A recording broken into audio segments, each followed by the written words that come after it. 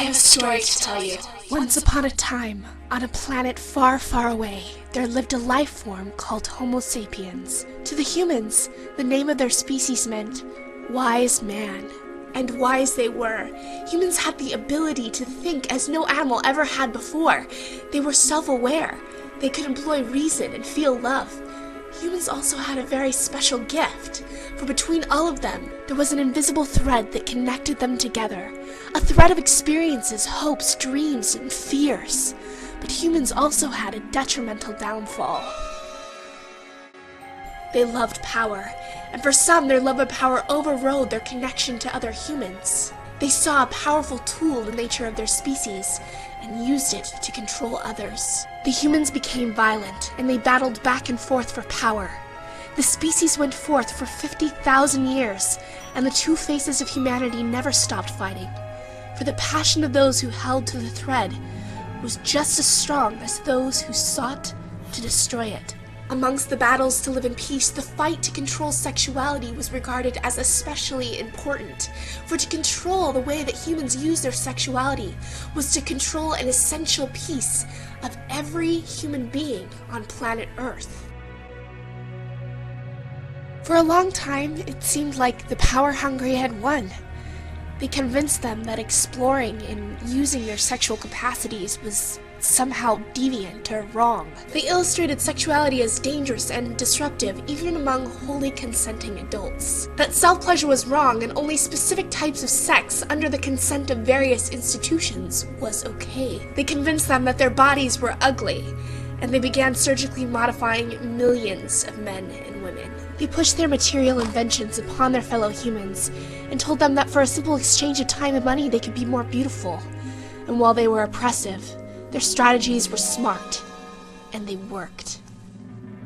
Humans across the globe began to feel disattached from their bodies and their sexuality. They began to hate them. The spell was working. But over time, some humans realized what was happening. They panicked. How could we lose this piece of ourselves? They said. We're humans, and the ability to use our bodies freely is not only a right, it's a necessity. This later turned into what we now call the sex-positive movement.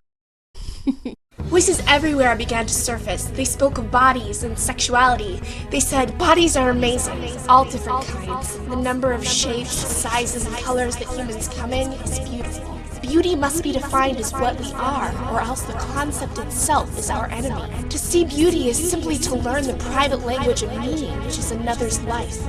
We must celebrate sexual diversity and the diversity of desire and relationships and individual choices. We must put emphasis on the necessity of consent. It's essential that we educate each other in spite of the oppositional forces that are against us. We have to break out of the cage we were put in, have to give power back to individuals.